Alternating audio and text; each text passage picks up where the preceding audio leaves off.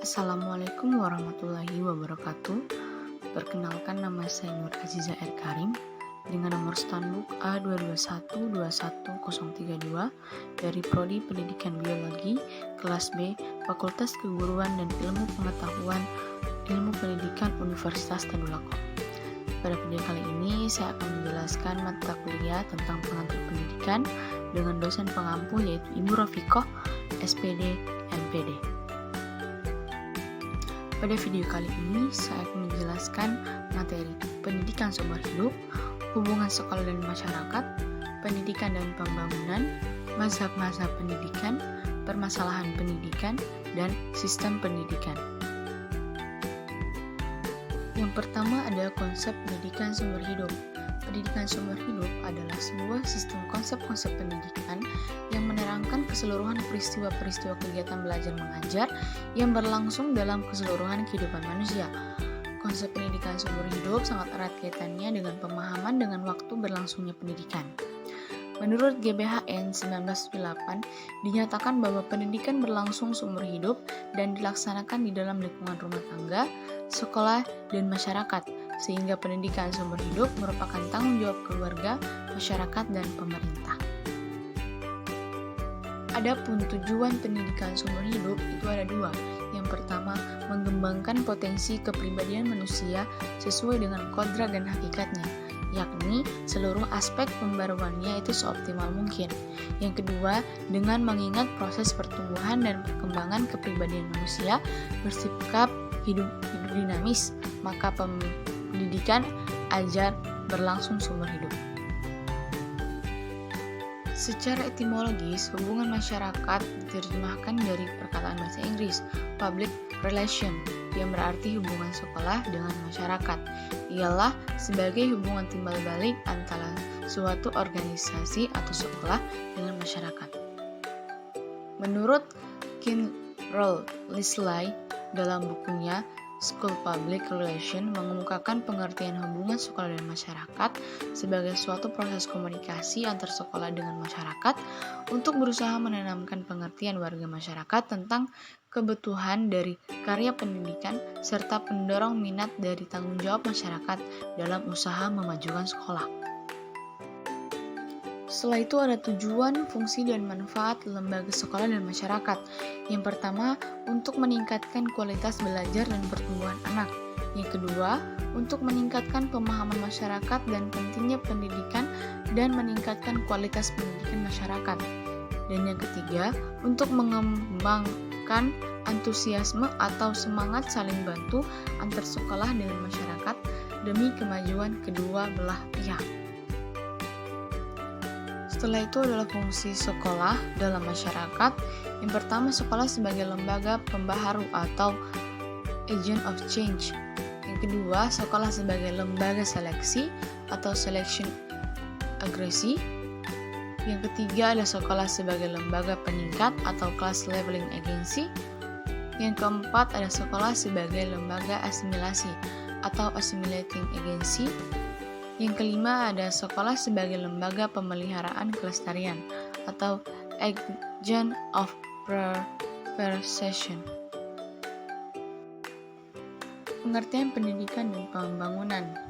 Pendidikan adalah proses pengubahan sikap dari tata laku seseorang atau kelompok dalam upaya mencerdaskan manusia melalui sebuah pengajaran maupun pelatihan. Pengertian pembangunan adalah usaha yang dilakukan secara terencana dalam melakukan perubahan dengan tujuan utama memperbaiki dan meningkatkan tata hidup masyarakat, kesejahteraan, dan kualitas hidup manusia. Peran pendidikan dalam pembangunan ada 5. Yang pertama, mengembangkan teknologi baru.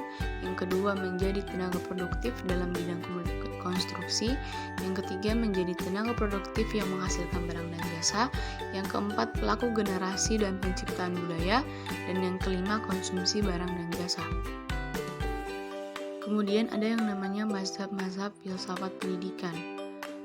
Urutan mazhab filsafat pendidikan itu memiliki beberapa cabang filsafat, di antaranya filsafat pendidikan idealisme, filsafat pendidikan rasialisme, filsafat pendidikan materialisme, filsafat pendidikan pragmatisme, filsafat pendidikan eksistensialisme, filsafat pendidikan perennialisme, filsafat pendidikan esensialisme, dan filsafat pendidikan rekonstruksionisme. Kemudian permasalahan pendidikan. Jadi ada 3 identifikasi permasalahan pendidikan. Yang pertama, mutu pendidikan di Indonesia. Yang kedua, relevansi pendidikan. Dan yang ketiga, pemerataan dan kesempatan.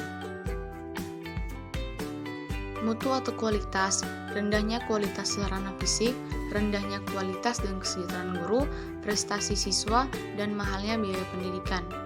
Untuk relevansi pendidikan itu ada banyaknya lulusan dari suatu pendidikan tertentu, yaitu sekolah kejuruan dan pendidikan tinggi yang belum atau bahkan tidak siap untuk bekerja.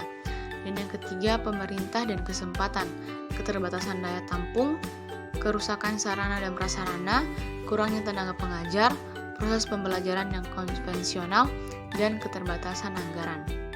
Untuk solusi dari permasalahan pendidikan, yang pertama ada solusi sistematik, yaitu solusi dengan mengubah sistem-sistem sosial yang berkaitan dengan sistem pendidikan. Yang kedua ada solusi teknis, yaitu solusi yang menyangkut hal-hal teknis yang berhubungan dengan kelangsungan pendidikan. Dalam pengertian umum, sistem pendidikan merupakan suatu strategi atau cara yang akan dipakai untuk melakukan proses belajar mengajar untuk mencapai tujuan agar para pelajar tersebut dapat secara aktif mengembangkan potensi dalam dirinya yang diperlukan untuk dirinya sendiri dan masyarakat. Pendidikan merupakan suatu usaha mencapai suatu tujuan pendidikan. Suatu usaha pendidikan mencakup 3 unsur pokoknya. Yang pertama unsur masukan, yang kedua unsur usaha, dan yang ketiga unsur hasil. Unsur masukan terdiri atas peserta didik dengan berbagai ciri-ciri yang ada pada diri peserta didik. Yang kedua unsur usaha terdiri dari kurikulum, gudang sekolah, pendidik, buku, dan lain-lain. Yang ketiga ada unsur hasil, merupakan hasil pendidikan yang meliputi hasil belajar yang berupa pengetahuan, sikap, dan keterampilan setelah selesai suatu proses belajar mengajar tertentu. Kita mengenal yang namanya sistem pendidikan nasional. Sistem pendidikan nasional adalah suatu keseluruhan yang terpadu dari semua satuan dan aktivitas pendidikan yang berkaitan satu dengan lainnya untuk mengusahakan tercapainya tujuan pendidikan nasional. Sistem pendidikan nasional tersebut merupakan suatu suara sistem, yaitu sistem yang besar dan kompleks, yang dalamnya tercakup beberapa bagian yang juga merupakan subsistem.